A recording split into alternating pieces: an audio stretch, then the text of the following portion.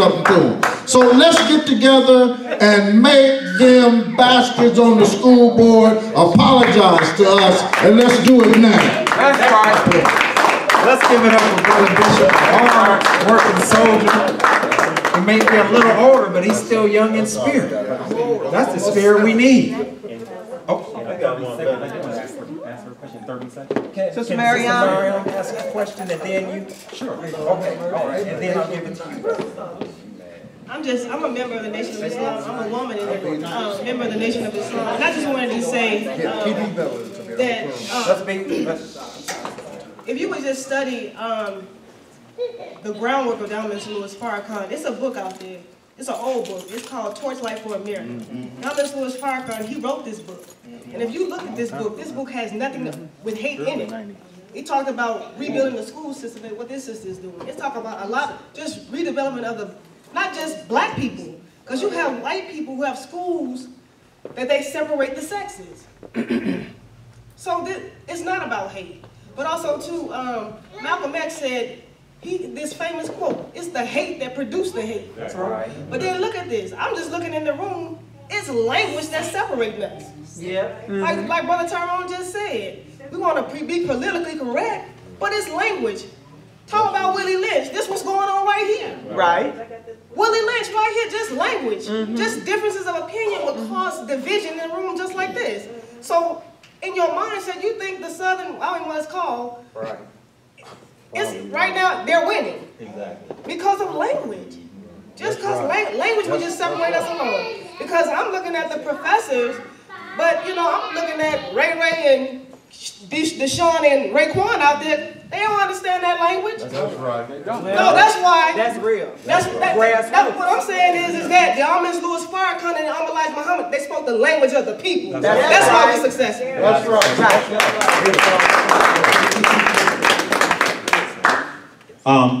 I know my sister was asking an honest question, and I wanted to just give you something to consider, and all of us to consider when we talk about our lack of power.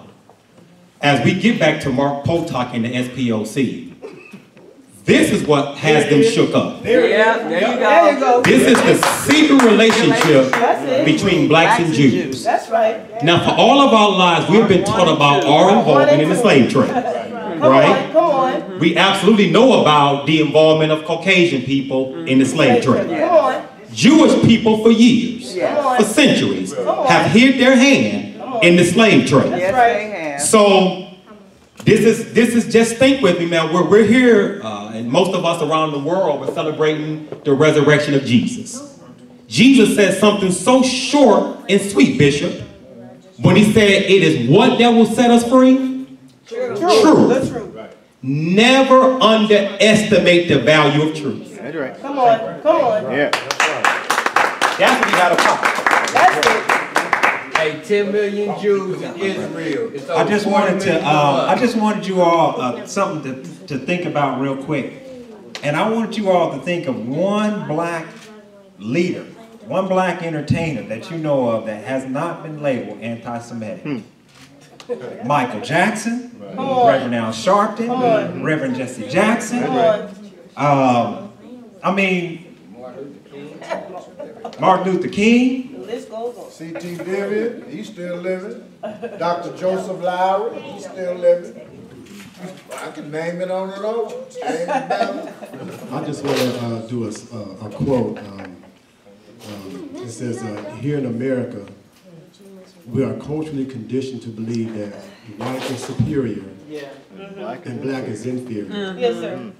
And the manifestation of that cultural conditioning is that blacks and people of color are undervalued, underestimated, and marginalized. And I get that quote from Joe Madison of Sirius XM. And I want to speak to the racism, almost like a definition. This is my definition of racism, is power and economics. For example, when a white person is racist towards me, they have the power to economically impact me. That's right. Vice versa, I don't have that same power, nor can I impact them economically. And so to speak to what Marlon Aldridge was saying, my question to everyone here or anyone, what can we do now today? Will we have that conversation with the SPLC? I think that's where they're at. When can we have that conversation with them? What we're talking about today? The nation has already tried it. What can we do They today? refused. Yes, sir. They refused. Oh, yeah. Brother, that was good. That's the pertinent question. What can we do? Concerning the Dayton School Board, here's one thing that I thought about. That resolution was along racial lines, and I notice here you have a school district that is 70% black students, if I'm not mistaken. You have a school board, 7 members, 4 of which are white. One of the things that we could do is vote them out. That's true. That's and right. get people in there that vote in our interests, because our school district, as you can see, has been at the bottom of all of the school systems, according to the latest reports, and so that's a problem. So that's one of the things that we can do in terms of a solution. My solution for that is that a political, a PAC, a political action committee, which we could form, not just here locally, but maybe statewide, so that we can vote in people into elected positions that have our interests in mind. You know, another thing that we can do with that is political education classes to make sure that we understand the political education process, because it is not a fair dealing system. Politics in itself is about power. Unless you understand power, I don't care what kind of group you bring together, unless you have a knowledge of what power is and how it has been used historically, you spinning your wheels. You know, we had a person here who was agnostic, but who was espousing Christian beliefs. Don't turn the other cheek. You know, which is sort of surprising to me. All of us are religious in some kind of ways, whether we recognize it or not, because of what has been put into us. Socialization. Via socialization, cultural socialization in this particular aspect. We have to understand this thing called power. If anything that we want to do is to be successful, we have to understand what power is, and I'll stop there. That's my whole point. Oh, go ahead, bro. In addition to what my brother Marlon is saying, we can also do what Zakiya did. I want to say publicly that I'm just so proud of my sister, because the way she handled both of us, both groups, it was in the utmost respectful way. So what we can do is do what she did. She was very, and still is very considerate. And we made a decision. I'm publicly saying this. It wasn't that RJN threw the nation or the new Black Panther Party under the bus. Thank you for saying No, that was something that we agreed upon that was in the best interest of the community. It was strategic, as opposed to RJN throwing us under the bus. That was not it. I also wanted to, as we talk about, you know, what can we do? I got to throw this in there too. Because in 2007, the Department of Homeland Security admitted to illegal surveillance on the Nation of Islam. Yes. Now, Brother Steve mentioned to us that the SPLC and Homeland Security work hand in hand. That's right. So why do they still continue to talk about the lie? Zakiya mentioned that Brother Farrakhan has asked for a meeting with the SPLC. They have said that he ain't even worthy of meeting with him. That's what they say. No, they just don't want this hot truth to be exposed. Because Brother Farrakhan told them that if I am in error, the same way I have brought the argument to the public, I will come before the world. I have heard him say, I'll give my life. I have heard him say to his son, take my life. And he's still living and still looking good.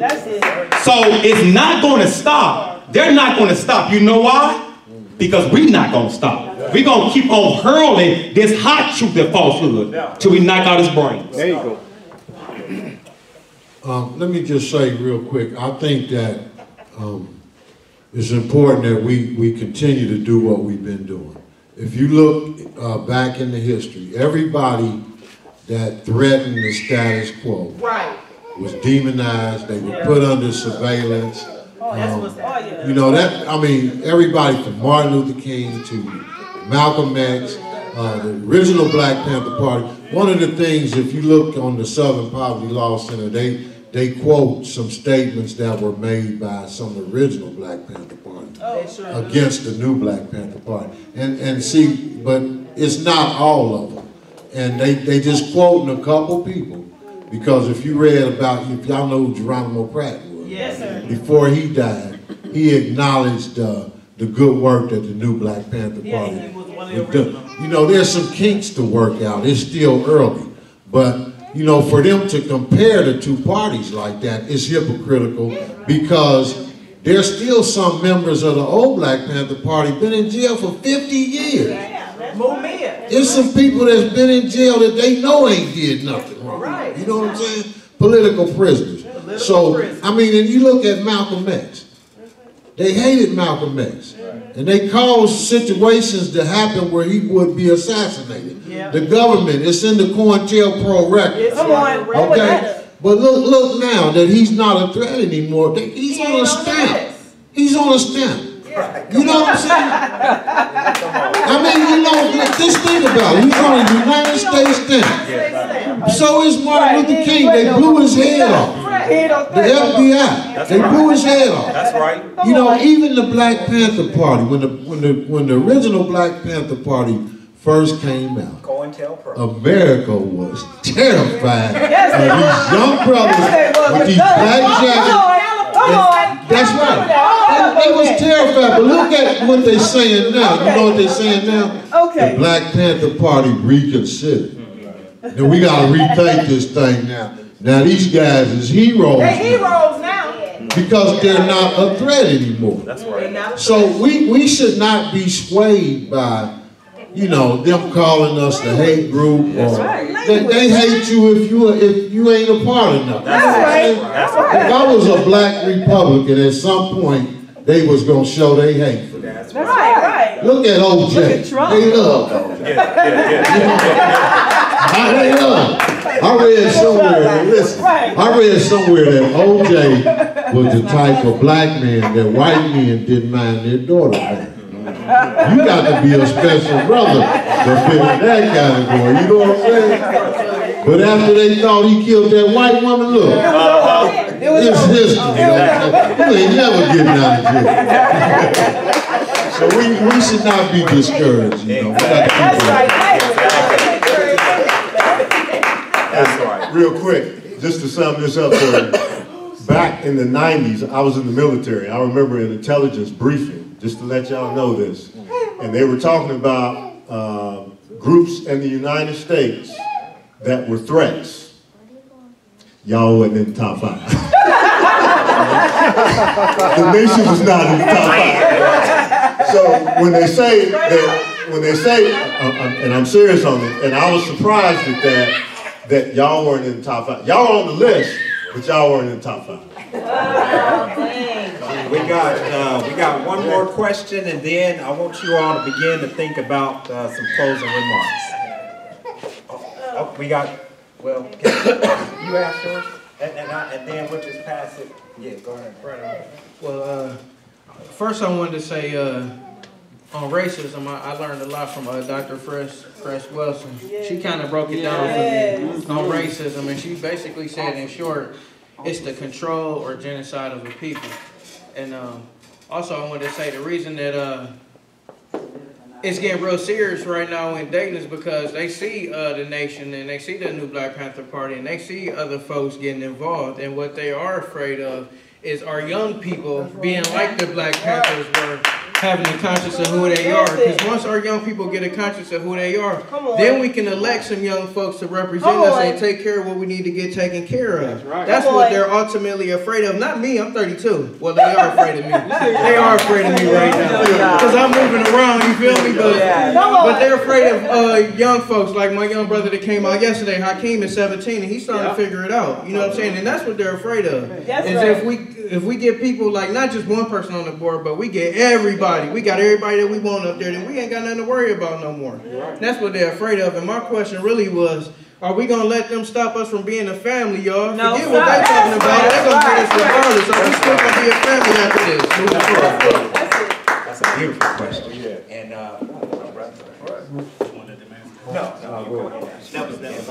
let them answer.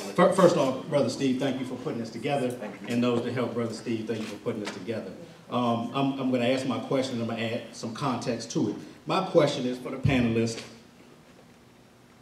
A litmus test in the community. This article was written in Dayton Daily News. What are the community members saying, or what are you feeling the effect is in the community by that article? A specific group of people read that paper. Like you said, Poo-Poo and Ray and whoever, they don't necessarily read that paper. So what is the community saying to you? What's the litmus test? What effect is this actually having on the community? So to add some context, to add some context to it, us coming together is what they're afraid of, because that represents the end of their power. That's what's happening. That book, Secret Relationships Between Blacks and Jews, not only is it about their actions, the Jewish community, their actions in the community, but it's documented by all Jewish scholars. Come on. All Jewish scholars. So it's their words teaching their history of wickedness. That's right. So the agenda that this occurred, and I'm going to wrap it up, the agenda that this happened was through Racial Justice Now, putting on that panel, article being written to destabilize, delegitimize, bring down this, this group that's pushing back against power, right? It's interfering with the plan of people in power. We see some elected officials, but it's not the officials, it's the hand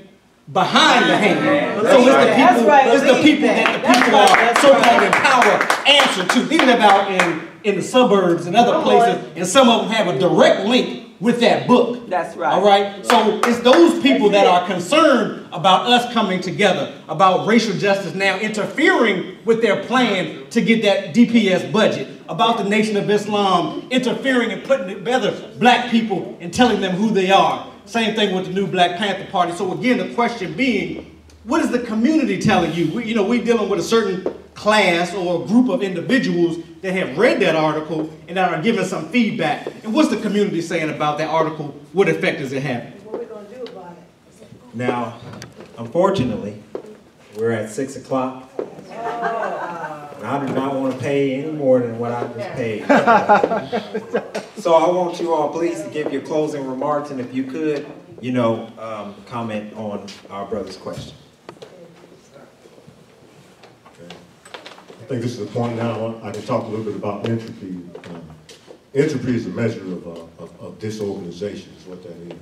And it basically says that natural systems tend toward disorganization. And so even civilizations, from a sociological standpoint, they would say that there's an inverse relationship between entropy and what they call advanced societies.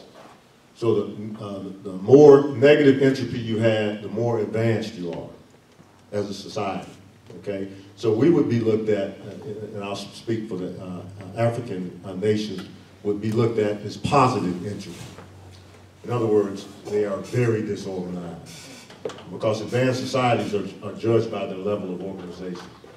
So you guys are correct.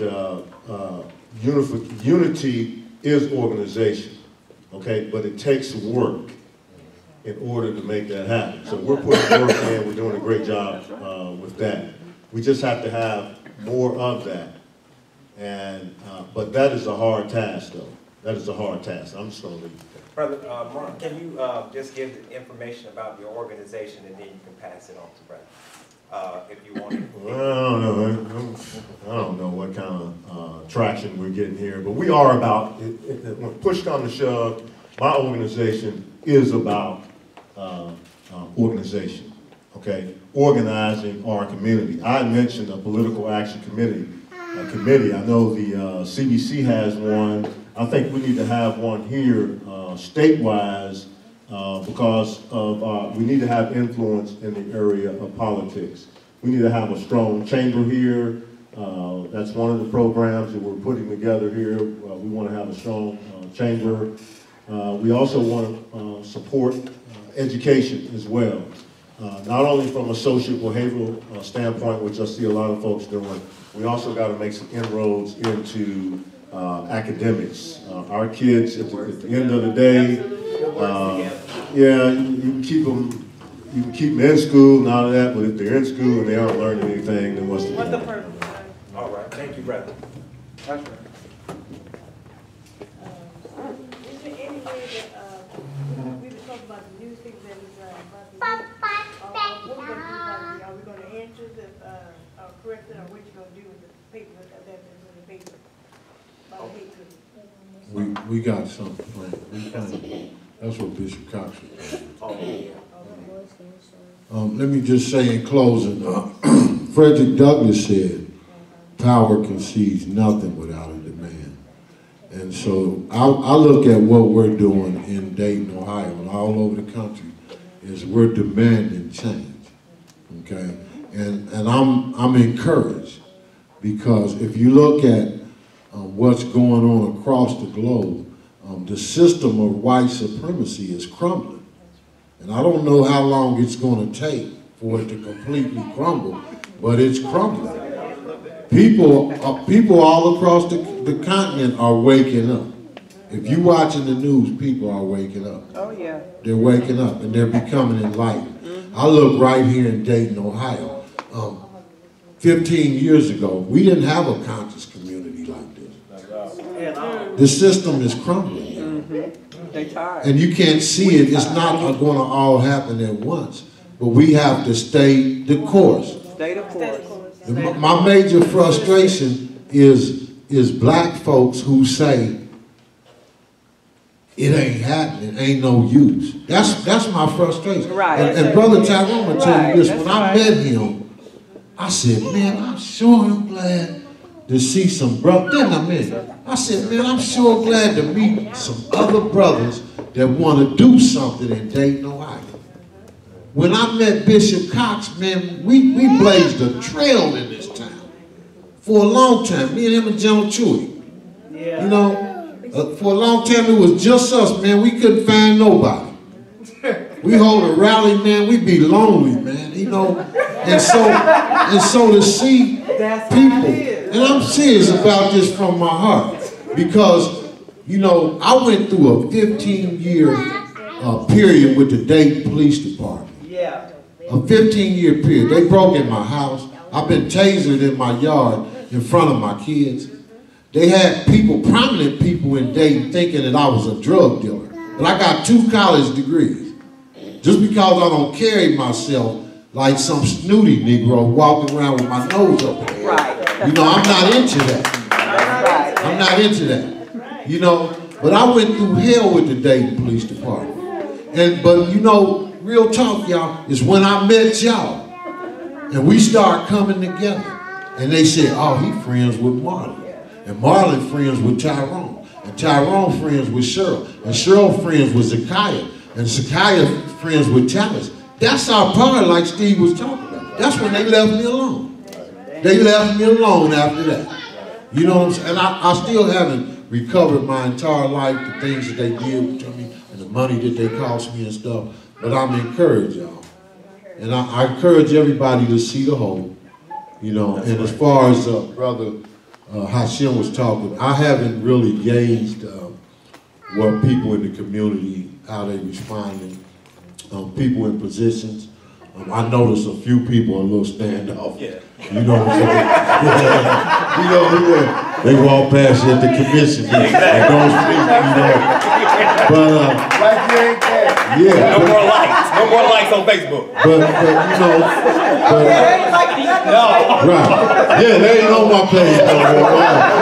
But like Brother Hashim was talking about how Pookie and Ray Ray and them guys might not be conscious of what's going on, but in reality, that's my